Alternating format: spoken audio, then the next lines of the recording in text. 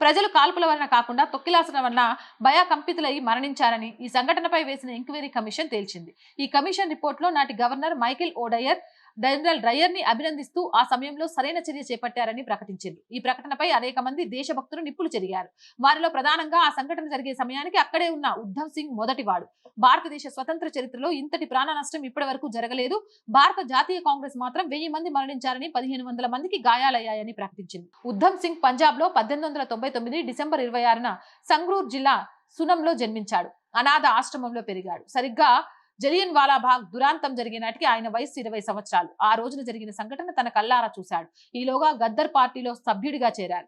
ఆయుధాలు ఉపయోగించడం నేర్చుకున్నాడు. డయ్యర్ ని చంపడం కోసమే ఇంగ్లాండ్ కు వెళ్లాడు. సమావేశం ముగిసే వరకు సమయం కోసం ఎదురు చూస్తున్నాడు. సమావేశానంతరం ఒక్కసారిగా ప్రజలందరూ అతని చుట్టూ మూగారు. వెంటనే ఉద్ధవ్ సింగ్ తన కోటు జోబులో నుంచి రివాల్వర్ తీశాడు. మైకేల్ ఓ డయర్ అతి దగ్గర నుంచి 3 రౌండ్స్ కాల్పులు జరిపారు. అప్పటికే మైకేల్ ఓ డయర్ వయసు 74 సంవత్సరాలు. ఉద్ధవ్ సింగ్ ను పోలీసులు అరెస్ట్ చేసి ఉరిశిక్ష వేశారు.